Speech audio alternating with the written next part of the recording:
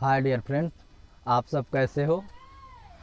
आज के इस वीडियो में हम चर्चा करने वाले हैं कूलाम के बारे में कि कूलाम क्या है। इंटरमीडिएट का फिजिक्स का फर्स्ट टॉपिक और देखा जाए कि जो चैप्टर नंबर 1 है, चैप्टर नंबर 1 में पहला टॉपिक कूलाम्स के बारे में बात करेंगे।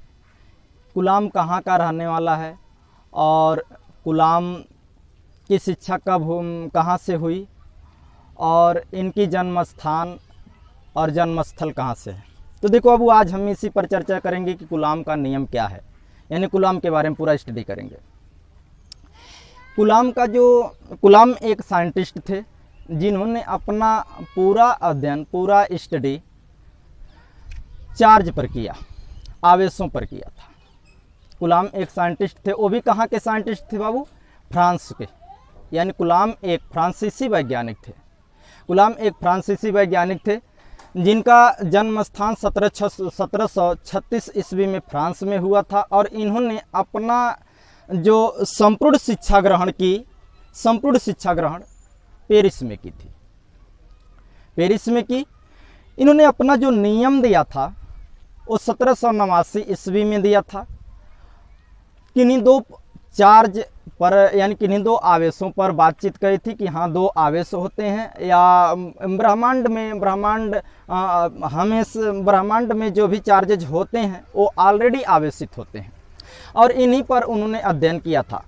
और इसके अतिरिक्त उन्होंने और कुछ भी बनाया था, जैसे टार्सन के बारे में बात किया था कि हाँ, टार्सन क्या होता है। टार्सन मिस वाला घूर्ण होता है, टार्क मिस वाला घूर्ण होता है और टार्सन के बारे में इन्होंने सर्च किया था, पेंडुलम पर ऐसे कुछ लिया, उसके बाद से उस पर अध्ययन करना स्टार्ट करे। लेकिन इन्होंने ऐसे सत्य साबित कर दिया कि जो फ्रांसीसी वैज्ञानिक, यानी फ्रांस का नाम रोशन कर दिया कि हाँ, जो 1789 ईस्वी में दिए, उन्होंने ऐसे साफ कर दिया कि कोई पार्टिकल्स होता है या ब्रह्मांड में जितने भी पार्टिकल्स होते हैं उन पार्टिकलों पर चार्जेज होते हैं और ऑलरेडी वो हमारा पूरा यूनिवर्स जो है वह चार्जों से भरा हुआ है, यानी आवेशों से भरा हुआ है।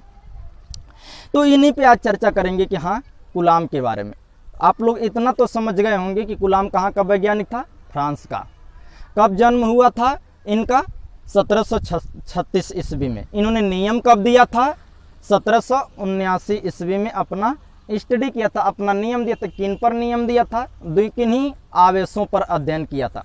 अब से आपसे ऐसा भी कोई क्वेश्चन पूछ सकता है कि सर, चार्ज क्या होता है, यानी आवेश क्या होता है। तो आवेश की बात क्या होती है और आवेश का मात्रक क्या होता है, आवेश की प्रॉपर्टी क्या होती है, आवेशों के गुणधर्म क्या होते हैं। तो आप लोग साधारण तरीका पे जानिएगा कि सबसे स्मॉलेस्ट पार्टिकल्स जो होते हैं हम लोग के माने जाते हैं इलेक्ट्रॉन, प्रोटॉन और न्यूट्रॉन माने जाते हैं। यानी इलेक्ट्रॉन, प्रोटॉन और न्यूट्रॉन जो होते हैं ये हमारे स्मॉलेस्ट पार्टिकल होते हैं और इलेक्ट्रॉन प्रोपिगेट करता है ऑलरेडी किसी भी कंडक्टर्स में। तो किसी भी कंडक्टर्स में इलेक्ट्रॉनों को प्रोपिगेट करने की क्रिया को ही हम लोग क्या करते हैं? चार्ज कहते हैं। यानी कोई भी चालक है, उस चालक में इलेक्ट्रॉनों के प्रवाह की दर को ही हम लोग क्या कहते हैं? आवेश कहते हैं। आवेश को Q से प्रदर्शित करते हैं, इसका मात्रक कूलाम होता है। आवेश का जो मात्रक होता है, यानी चार्ज का जो मात्रक होता है वो ऑलरेडी कूलाम होता है। अब चार्ज कितने टाइप्स का होता है? चार्ज दो प्रकार का होता है। आप समझते रहिएगा कि चार्ज दो प्रकार का होता है, एक धनावेशित और एक ऋणावेशित। यानी the charge are two types, एक पॉजिटिव चार्ज और एक निगेटिव चार्ज होता है। अब पॉजिटिव चार्ज क्या होता है कि पॉजिटिव चार्ज के बारे में बात करेंगे कि चार्ज में दो कंडीशंस उपस्थित हो जाते हैं। जैसे अगर जो positive only one positive charge होता है तो दोनों एक दूसरे को आपस में क्या करता है? रिपल्सित करता है। अगर जो पॉजिटिव निगेटिव चार्ज होता है तो दोनों एक दूसरे को आपस में अट्रैक्ट करता है। यानी अगर जो धनावेशित कण है तो दोनों एक दूसरे को क्या करते हैं? प्रतिकर्षित करते हैं। अगर जो धनावेशित और ऋणावेशित कण है तो दोनों एक दूसरे को क्या करते हैं?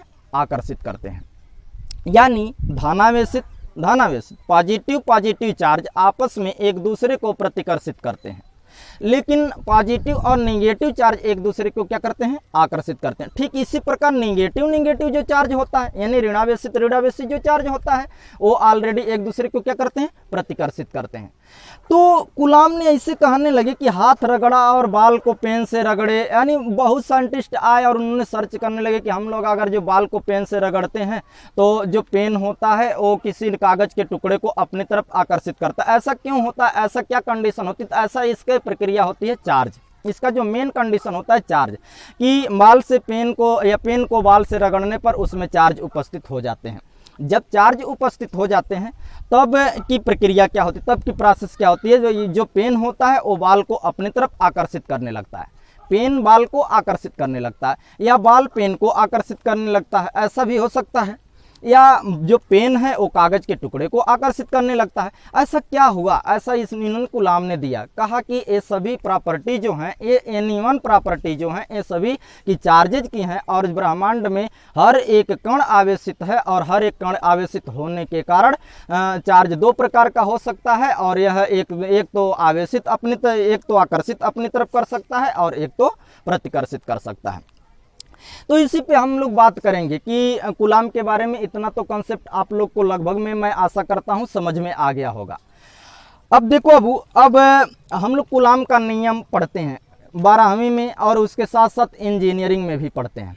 यानी इंजीनियरिंग अगर आप लोग डिप्लोमा करने जाओगे, इंजीनियरिंग करने जाओगे तो उसमें भी गुलाम का नियम पढ़ना पड़ता है। बीएससी करने जाओगे तब भी गुलाम का नियम पढ़ना पड़ता है। अगर जो इंटरमीडिएट में हो तब भी गुलाम का नियम पढ़ना पड़ता है। इसमें हम इप्सिलॉन 0 की भी वैल्यू निकालेंगे और गुलाम का जो कांस्टेंट है उसकी भी वैल्यू कैलकुलेट करेंगे।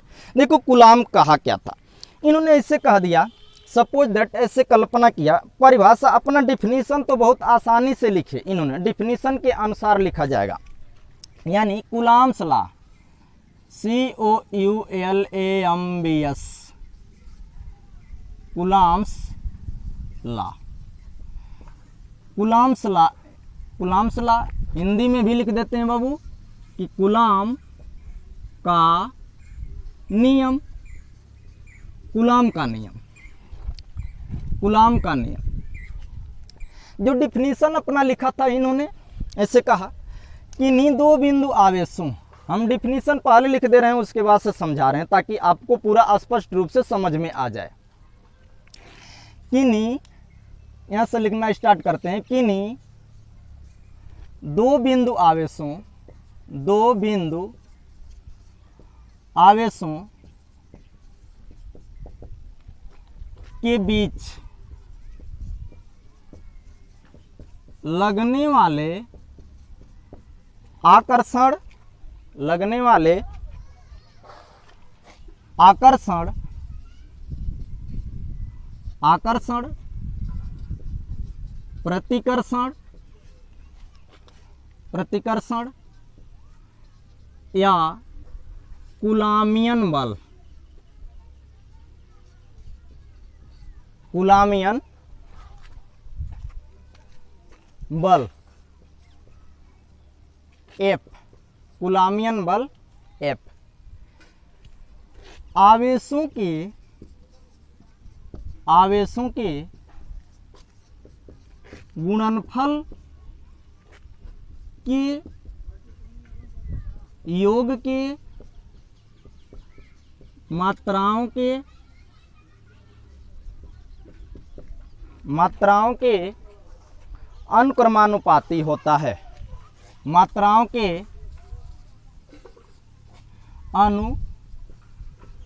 अनुक्रमानुपाती होता है। लेकिन इसके आगे परिभाषा दिया, लेकिन इनके बीच की दूरी, की दूरी r के वर्ग के व्युत्क्रमानुपाती होता है, व्युत्क्रमानुपाती होता है।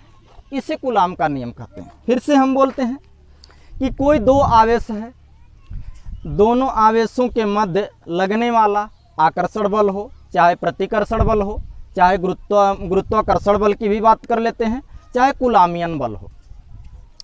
इन दोनों के मध्य लगने वाला बल उन आवेशों के गुणनफल के योग के मात्राओं के अनक्रमानुपाती होता है, उनके बीच के दूरी के वर्ग के व्युत्क्रमानुपाती होता है। तो अब हम इसको तरीके से यानी किस तरकीब से इन्होंने अपना डिफिनीशन दिया, तो डिफिनीशन तो दे दिया लेकिन उसके तहत हम लोग उसकी वैल्यूज निकालते हैं, उनके सूत्र निकालते हैं, सूत्र का कैलकुलेशन करते हैं। देखो अब लेट अस कंसीडर, मान लेते हैं कि यह कोई ऐसे मान लेते हैं कि यहाँ कोई एक बिंदु है जिसका नाम हमने रख दिया ए, जिसका नाम रखा ए, और यह कोई बिंदु क्या है बी है। इन पर उपस्थित आवेश क्या है प्लस क्यू, और इन पर उपस्थित आवेश क्या है बाबू माइनस क्यू है। दोनों बिंदुओं के बीच की जो दूरी है वो कितनी है आर है, यानी दोनों बिंदुओं के बीच की दूरी कितनी है आर है। हमने इससे मानते चला कि माना कि बिंदु ए है, माना बिंदु ए व बी है, बिंदु ए पर उपस्थित आवेश प्लस क्यू तथा बिंदु बी पर उपस्थित आवेश माइनस क्यू है। दोनों आवेशों के मध्य या ऐसे कह देंगे दोनों बिंदुओं के बीच की जो डिस्प्लेसमेंट है आर है। अब Q1 के Q प्लस क्यू के बराबर हम ऐसे सपोज दैट कल्पना कर लेते हैं Q1 है, और ऐसे कल्पना कर लेते हैं Q2 है, ऐसे कल्पना कर लेते हैं Q2 है, यानी माइनस क्यू बराबर Q2 और प्लस क्यू बराबर Q1। तब हम इसकी व्याख्या करते हैं, तब इसकी व्याख्या कैसे करते हैं कि Q1 Q2 पर बल लगाता है, Q2 Q1 पर बल लगाता है, यानी A पर जो उपस्थित आवेश है चार्ज है, A पर जो उपस्थित चार्ज है वो B पर बल लगाता है, और B पर जो उपस्थित चार्ज है वह A पर बल लगाता है। तब साधारण भाषा में ऐसे कहते हैं कि जैसे कॉमन चीज़ें सपोज दैट मान लेते हैं कि एक लड़का है एक लड़की है, एक दूसरे को आपस में अट्रैक्ट करते हैं और रिपल्सित करते हैं या अट्रैक्ट करते हैं। जब अट्रैक्ट करते हैं तब वहाँ पे ऐसे कंडीशन मिल जाती है कि या तो लड़का लड़की की तरफ या तो लड़की लड़का की तरफ आकर्षित होता है। लेकिन लड़की लड़की जब रहती है तो ऑलरेडी उसमें क्या होता है प्रतिकर्षण होता है, यानी एक सुंदर लड़की है और सुंदर लड़की उससे भी सुंदर लड़की है, तो दोनों एक दूसरे को समझ लीजिए झगड़ा होता ही रहता है। ऐसे लड़कों में होती है ये प्रक्रिया, ऑलरेडी लड़कों में भी होती है। लेकिन एक सुंदर लड़की और एक सुंदर लड़का अगर है तो समझ लो उन सब की बात बनी हुई है, तब कोई दिक्कत नहीं रहती है। तब उनके बीच अट्रैक्शन ऑलरेडी एकदम बेहिचक चलती रहती है, अरे बाबू कोई दिक्कत नहीं होता है, इसमें कहीं भी परेशानी ही नहीं होती है। तो वही कंडीशन इसमें कि एक पॉजिटिव है एक निगेटिव है, निगेटिव पॉजिटिव की तरफ और पॉजिटिव निगेटिव की तरफ एक दूसरे को आकर्षित करता है, तो उसमें आकर्षण बल लगता है। उस आकर्षण बल का नाम क्या रख दिया है एफ, और कूलाम्बियन बल नाम रख दिया। तो प्लस और माइनस के बीच लगने वाले बल को कहेंगे कूलाम्बियन बल, और उस बल को किससे डिनोटेट कर देंगे एफ से। अब डिफिनीशन पढ़ो रे भैया, देखो किन्हीं दो बिंदु आवेशों के बीच लगने वाला आकर्षण प्रतिकर्षण या कूलाम्बियन बल एफ है। तो आवेशों कौन है बाबू ऐसे Q1 और Q2 है, Q1 और Q2 है, इनका गुणनफल कर दे तो एफ है पर एफ है और Q1 गुणे Q2, ये क्या है अनकर्मानुपाती हैं। जब ये अनकर्मानुपाती हैं तो इसको इक्वेशन नंबर फर्स्ट मान लिया, अनकर्मानुपाती का यह प्रतीक है। और दूसरा का चीज कह रहा है जैसे लिखा है कि किन्हीं दो बिंदु आवेशों Q1 Q2 के बीच लगने वाले आकर्षण प्रतिकर्षण या कूलाम्बियन बल F आवेशों के गुणनफल, आवेशों का गुणनफल का मतलब गुणा कर देना कि योग के मात्राओं, जैसे आवेश की एक वैल्यू 2 है एक वैल्यू 3 है तो 3 दूनी 6, ये इसका क्या हो गया योग गुणनफल हुआ, और उसके साथ साथ 6 क्या हो गया योग हो गया। योग के मात्राओं के अनकर्मानुपाती, यह क्या है बाबू अनकर्मानुपाती है। जब F प्रोपोर्शनल Q1 Q2 ये आपस में क्या हो गए अनकर्मानुपाती हैं। लेकिन आगे का कह रहा है लेकिन इनके बीच की दूरी कौन है आर के वर्ग की बात करता है कि व्युत्क्रमानुपाती। व्युत्क्रम का मतलब उल्टा समझना, एकदम सेम उल्टा, 1/r²। कौन होता है बल F, यानी F प्रोपोर्शनल 1/r²। इसको इक्वेशन नंबर कितना मान लेते हैं सेकंड, इसको equation number first, equation number second. अब तो आपको पता चल गया होगा कि F proportional Q1 Q2 F proportional 1/r²। अब दोनों में एफ कॉमन दिख रहा है। जब दोनों में एफ कॉमन दिख रहा है तो एफ को यानी लिख देंगे यहाँ से समीकरण 1 व समीकरण 2 से, समीकरण 1 और समीकरण 2 से दोनों को ऐड कर दे। जब दोनों को ऐड कर देंगे तो एफ और प्रोपोर्शनल कॉमन दिख रहा है, प्रोपोर्शनल हो गया। अब देखो Q1 गुणे Q2, ऐसे Q1 गुणे Q2 अब बटे का हो जाएगा r²। इस प्रोपोर्शनल को क्या कर दो, हटा दो। जब हटा देंगे तब कैसा कंडीशन मिलेगा, बराबर का चिन्ह लगाइएगा। बराबर का चिन्ह लगा देंगे तो एक कांस्टेंट आया कि जिसका नाम होगा परावैद्युतांक नियतांक। इस के को हम क्या कहते हैं, परावैद्युतांक नियतांक कहते हैं। यानी लिख देंगे Q1 Q2 बटे r²। जहाँ पर लिखिएगा, जहाँ पर ऐसे, जहाँ पर के परावैद्युतांक नियतांक कहलाता है, परावैद्युतांक नियतांक कहलाता है। इसकी भी कुछ वैल्यू होती है, यानी इसके का मान होता है। इसके का क्या होता है बाबू, मान होता है। इसके का जब मान होता है तो आगे के की वैल्यू निकालते हैं। इसके का मान कितना होता है, देखो भैया, के का मान यानी जहाँ पर के परावैद्युतांक नियतांक है, हमने ऐसे लिखा डिफिनीशन के तौर पे। इसका मान यहाँ से लिख रहे हैं। इसका मान एकदम समझते चलिएगा, थोड़ा सा जगह स्पेस कम था ना। इसका मान यानी के का मान 9.0 गुणे 10 के घाते 9 न्यूटन मीटर स्क्वायर बटे कूलाम स्क्वायर होता है। इसकी जो वैल्यू होती है, इसका वैल्यू कितना होता है रे भैया, देखो कि के बराबर 9.0 गुणे 10 के घाते 9 न्यूटन मीटर स्क्वायर बटे कूलाम स्क्वायर। अब इसकी एक प्रॉपर्टी और होती है, चूंकि ऐसे भी लिखा करते हैं के बराबर 1/4 पाई इप्सिलॉन 0 Q1 Q2 इप्सिलॉन 0 बराबर 9.0 गुणे 10 के घाते 9 newton metre square upon coulomb square. अब ये तो किसकी वैल्यू हो गई, क्यू की, के का मान पुट कर दो। के का मान कहाँ रख दो, के जगह रख दो ला करके। यानी ऐसे साधारण तरीका पर कि एफ बराबर के जगह ला करके इस वैल्यू को रख दो, खाली यही भर के उठा कर रख दो। तब हम या करके अतः ऐसे लिख देंगे, अतः एफ बराबर के की वैल्यू क्या रखे बाबू, देखो के जगह पर हम क्या रखे, 1/4 पाई इप्सिलॉन 0 और उसके बाद से क्या है Q1 Q2 बटे क्या मिला, r²। इस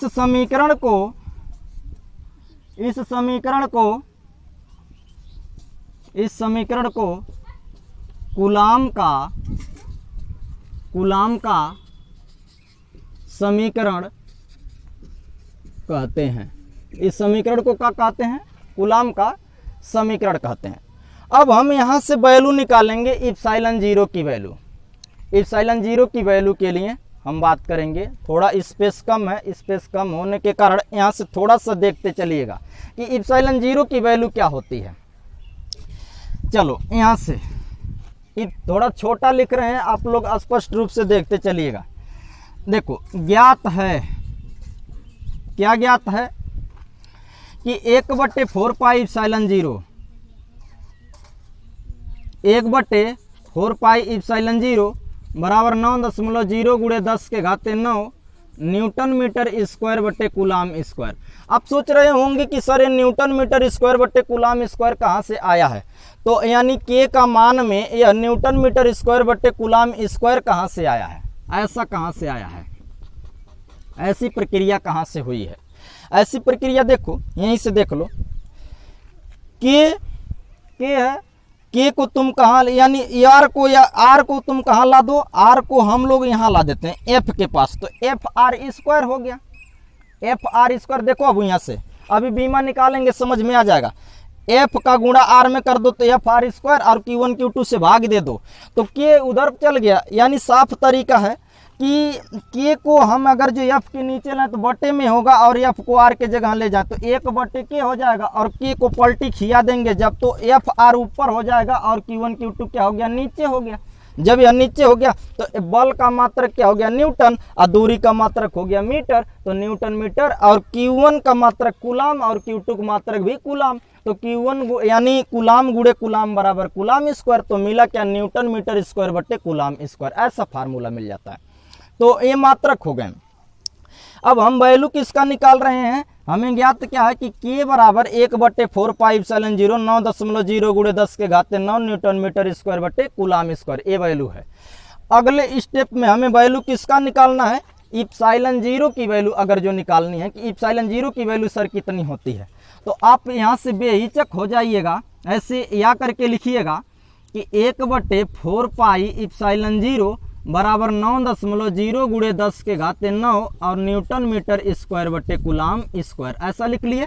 फिर देखो अब इप्सिलॉन 0 को एतना के जगह ही लेके चल जाए, एतना के जगह ही इप्सिलॉन 0 को लेके चल जाओ और के जगह ही अकेले चल जाओ। जब चले आएंगे तब क्या मिलेगा, या करके एक लाइन ऐसे कि 1/4 गुणे पाई का मान होता है, पाई का मान यहाँ पर हम लिख देंगे, ए पाई का जो वैल्यू होता है 3.14 ही होता है, तो 3 कितना लिख दिए 14, 3.14, और गुणा हम कितना से कहे हैं कि इसको उठा के यहाँ ला दो इप्सिलॉन 0 के जगह, तो कितना हो जाएगा 9.0 और गुणे 10 के घाते 9 और न्यूटन मीटर स्क्वायर बटे कूलाम स्क्वायर, ये हो गया। और उसके बाद से बराबर है तो इप्सिलॉन इसके जगह की है, इसको इसके जगह फिट की है तो इप्सिलॉन 0 हो गया। अब गुणा गणित इसका कर ले, गुणा गणित करेंगे तो 4 9 36 और 36 गुणे 3.14 करोगे तो 111.15 आ जाएगा, लगभग में ऐसा वैल्यू आएगा बाबू। तो देखना है इसमें कि यानी गुणा करके देख लेते हैं, 4 9 36 हो जा रहा है, 9 चौका 36 और 36 का गुणा हम लोग करेंगे जब यानी इसमें 3.14 में जब हम 36 का गुणा कर देते हैं तब कितनी वैल्यू होती है, तब की वैल्यू देखो 6 चौक 24 को 4, 6 का नाम 6 2 8 और फिर 6 त्रिक 18 हुआ, 3 चौक 12 को 2, 3 का नाम 3 3 3 का नाम 3, अब 3 1 4 3 त्रिक का 9, 4 8 2 10 को 0, 8 4 12 12 1 13 को 3, 9 1 10 1 11, कितना अंक पे दशमलव है, 2 अंक पे, तो 113.04 आ रहा है। पूरा गुणा करने पर इसका कितना आ रहा है, एक लाइन छोटा सा यहाँ से लिखते हैं ऐसे कि इप्सिलॉन 0 को हम पहले लिख देते हैं, इप्सिलॉन 0 बराबर लिख लिए 1/113.04 गुणे 10 के घाते कितना हो गया बाबू, 10 के घाते 9, 10 के घाते 9 और न्यूटन मीटर स्क्वायर। देखो कूलाम को पलटी खिया दो तो कूलाम ऊपर आ जाएगा, कूलाम ऊपर आ गया बटे न्यूटन मीटर स्क्वायर हो गया। कूलाम को हम उल्टा एकदम समझ लो पलटी खिया दिया, जब पलटी खिया दिया तो कूलाम ऊपर चला गया और न्यूटन मीटर स्क्वायर नीचे चला आया।